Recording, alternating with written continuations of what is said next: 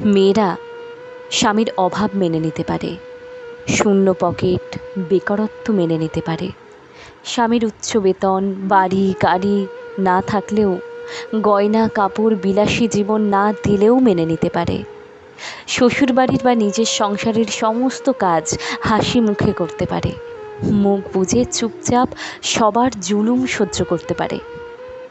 কিন্তু যাদের জন্যে এত কিছু করা, সেই সংসারের থেকে অবহেলা, অযত্ন আর ভালোবাসাহীন আচরণ পেলে মেনে নিতে পারে না। অভিমান পুষতে পুষতে সে একদিন আগুনের মতো জ্বলে ওঠে, যে আগুনে জ্বলে পুড়ে ছাই হয়ে যায় সুন্দর কিছু সম্পর্ক।